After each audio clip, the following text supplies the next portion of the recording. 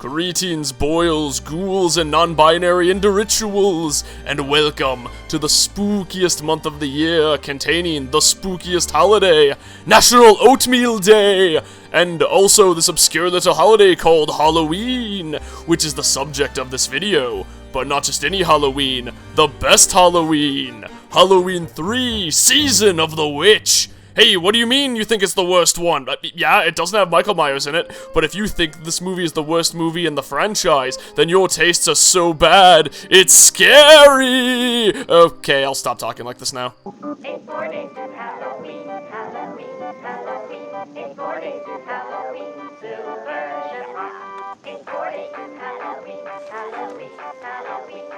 The original Halloween, directed by John Carpenter, released in 1978. The film received booming financial and even critical praise and kicked off the slasher genre that remained popular all throughout the 80s and early 90s. The film itself is more of a proto-slasher, where there's little reliance on gory kills, and instead the film focuses on suspense and a constant feeling of eerie dread, similar more to the Hitchcock films, as the William Shatner mask-clad Michael Myers silently and ominously stalks the cast. Yes, Michael Myers' mask is a repurposed William Shatner mask. It's super weird. The film ends on a notorious cliffhanger, which was followed up on 3 years later in 1981's Halloween 2, where John Carpenter stepped down from the role of director and into the role of producer, as the film was directed by Rick Rosenthal in his directorial debut. Halloween 2 released at the start of the slasher craze, and the change in tone really shows. The film is much less interested in Hitchcockian-esque suspense, and instead shifts its focus to graphic displays of violence, meaning that the franchise that inspired the slasher genre in turn followed the examples of the films it inspired. Halloween 2 followed up on the cliffhanger of Halloween 1, and very conclusively ended the conflict of Myers and his psychologist Dr. Loomis by having them both die very definitively in an explosion. Halloween 2 ended up grossing much less than its predecessor, but was still extremely profitable, as most low-budget horror was and still is today.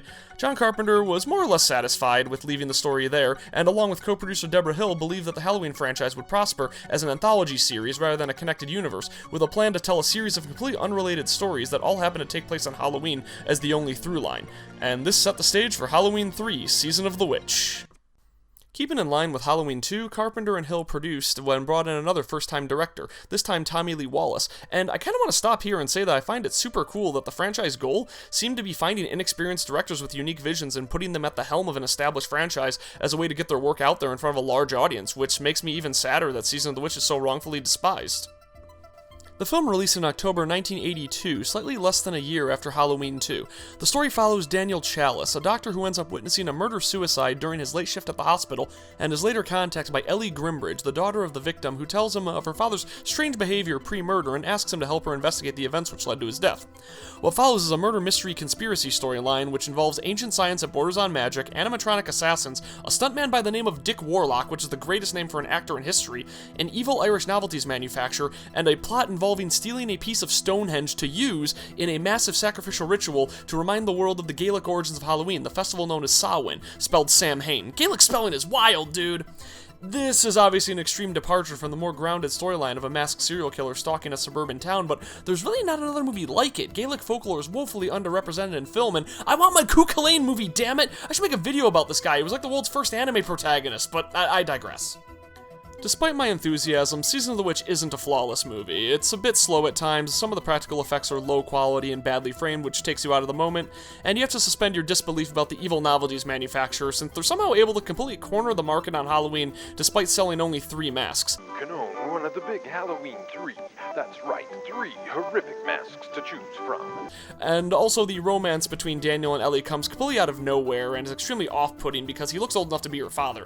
But the outright bonkers storyline, the creative kills, and the extremely high stakes really come together and make this movie a must-watch for any horror fan.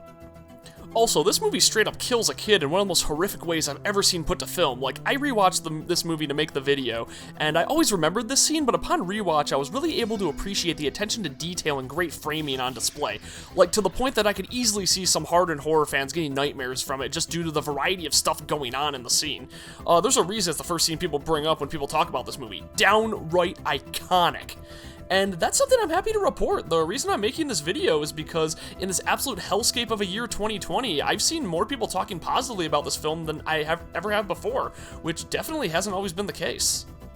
According to Wikipedia, Halloween 4 was supposed to keep in line with the anthology idea and be a horror movie about ghosts, but when Season of the Witch first released, it was profitable, but much less so than its predecessors, and people were furious that the only scene that references Michael Myers was a TV spot during a scene in a bar, and the Halloween franchise was put on ice until 1988, when Halloween 4 made sure that everyone knew Michael Myers was coming back by subtitling the movie Return of Michael Myers. Halloween 4 starts off following the events of Halloween 2 by immediately retconning the very definitive deaths of Loomis and Myers into a coma. Then the series just sort of meanders through the next few sequels, retconning even more plot lines, introducing a zombie Myers, basically turning him into a mythical slasher villain akin to Jason Voorhees, then adds a curse to the mix, and then ends the story by removing all continuity after 2 and having Michael Myers get the shit beat out of him by Busta Rhymes. Yeah, that happened! After this, the franchise was rebooted with 2 movies featuring Rob Zombie at the helm, which are both okay movies, but the first sort of falls apart once it has to stop being original material, and it just becomes an abridged version of Halloween, and 2 has some interesting stuff in it, but just becomes an excuse for Rob Zombie to give up on the story and put in imagery he thinks looks cool.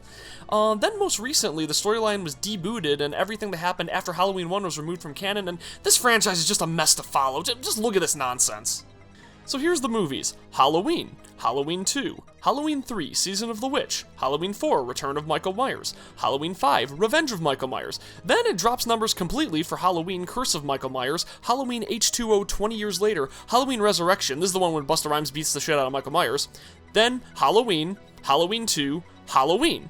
Stop doing this, it makes things confusing. Hey, wanna watch Halloween? Oh, which one? The 1978 one, the Rob Zombie reboot, or the sequel 40 years later that ignores everything after Halloween 1 and is technically Halloween 2?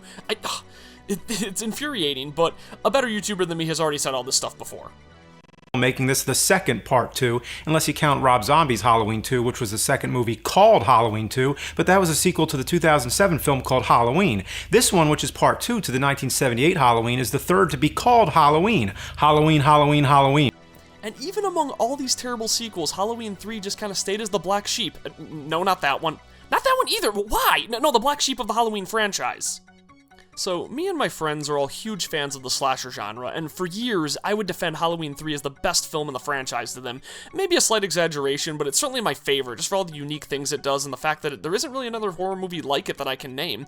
And they would always disagree with me. It's like, no, that's the worst one, even in the face of this myriad of terrible Halloween sequels with Michael Myers. I'd rather live in the world where the Halloween franchise went to strange new places! Halloween. Is in danger of growing stale. I'm taking it to strange new places.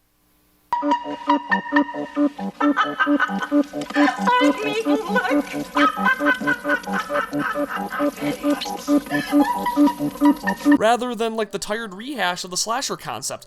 Halloween started as a film that was an inspiration and a trendsetter for an entire genre, then just ended up trying to imitate the things it inspired. And I held on to all these feelings for years as a quiet defender of the movie, but this year in particular, I've seen a bizarrely high number of fellow defenders, and I'm happy this film is finally getting the cult following it so rightfully deserves.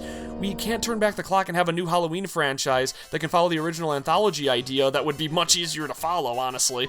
But maybe we can appreciate Halloween 3 as the most ambitious and misunderstood movie in the franchise.